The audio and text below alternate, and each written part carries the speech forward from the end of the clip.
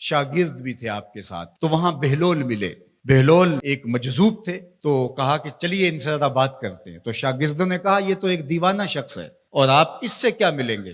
آپ اتنے پڑھے لکھے عالم اور اتنے بڑے فقیہ اور صوفی، اور ایک دیوانے شخص سے آپ ملیں گے؟ دنیا اس کو دیوانہ کہتی تھی، بہلول دیوانہ۔ لیکن سادی بولے کہ سادیا نزدیک رائے عاشقاں، خلق مجنونند و مجنو عاقل است، کا اصل تو عاقل یہ لوگ ہیں۔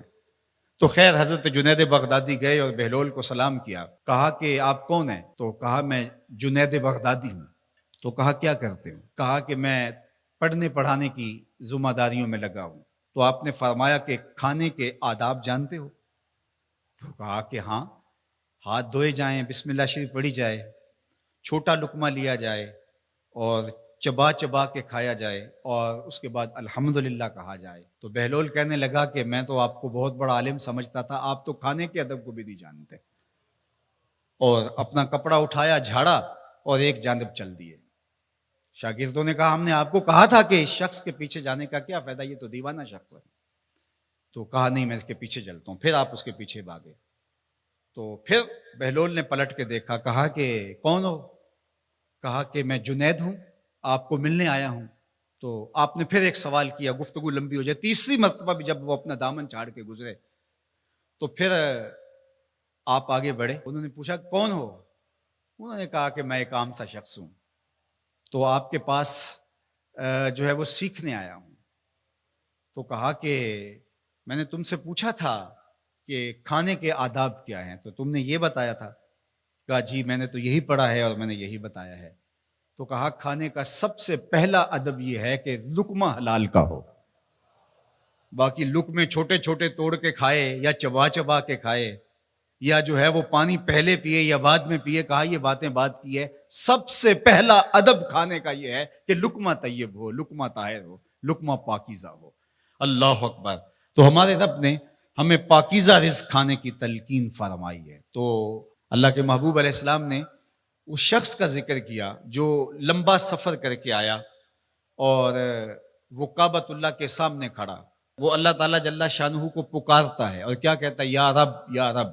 اشعث اغبر، اس کے بال بکھرے ہوئے ہیں اور اس کا لباس پھٹا ہوا ہے، پتہ گندہ سی حالت ہے، اور اللہ کے گھر کے سامنے کھڑا ہے، لمبے لمبے ہاتھ کر کے دعا مانگ رہا ہے، یا رب اے میرے اللہ، اے میرے اللہ۔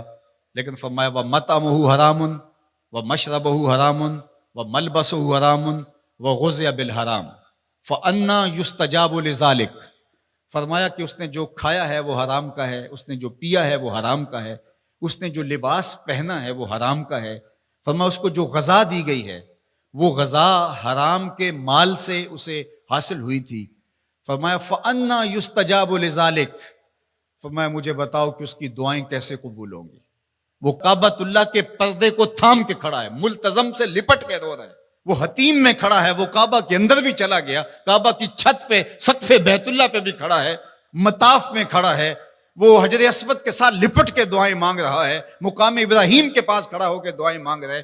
یمد یدہ، اس کے ہاتھ لمبے لمبے ہیں، یا رب کے کلمات اس کی زبان پہ ہیں، اور اشعث اغبر، غبار آلودہ بکھرے ہوئے اس کے بال ہیں، اور حالت پراگندہ ہے کہ کسی کو گزرتے ہوئے بھی ترس آ جائے، اور اللہ کے گھر میں کھڑا ہے تو وہ کیوں نہیں معاف کرے گا؟ لیکن فرمایا مطعمہ حرام ومشربہ حرام وملبسہ حرام وغذی بالحرام، اس کا کھانا پینا لباس اور غذا حرام کی تھی۔ فأنیٰ یستجاب لذالک، اس کی دعائیں کیسے قبول ہوں گی؟ بلکہ علماء نے لکھا کہ جو شخص حرام کمائی کھاتا ہے اس کی اپنی دعائیں تو قبول نہیں ہوتی، نیک لوگوں کی دعاؤں سے بھی اس کا حصہ نکال دیا جاتا ہے۔ جب اللہ کے بندے اولیاء کاملین دعائیں مانگتے ہیں اور وہ پوری امت کے لیے، پوری قوم کے لیے مانگ رہے ہوتے ہیں، لیکن اس شخص کا حصہ نکال دیا جاتا ہے جس کا رزق پاکیزہ نہیں ہے۔ اس لیے رزق کی پاکیزگی یہ بہت اہم ہے۔ رومی علیہ الرحمہ فرماتے ہیں کہ اگر تمہارا رزق پاک ہوگا، تمہارا رزق ستھرا ہوگا، تمہارے سینے میں معرفت کا نور پیدا ہوگا، اور اگر تمہارے سینے میں غل، غش اور حسد، بغض، کینہ اور نفرتیں پیدا ہو رہی ہیں تو پھر تم غور کرو کہ تمہارے رزق میں کوئی مسئلہ ہے۔ تم کھاتے ہو، اس کے نتیجے کے اندر حسد پیدا ہو رہا ہے، بغض پیدا ہو رہا ہے، نفرت، سستی اور کاہلی اور عبادت سے دوری پیدا ہو رہی ہے۔ جو رزق حلال ہے وہ عبادت کے لیے تقویت پیدا کرتا ہے، وہ تمہیں سچائی کی زندگی گزارنے کی طرف راغب کرتا ہے۔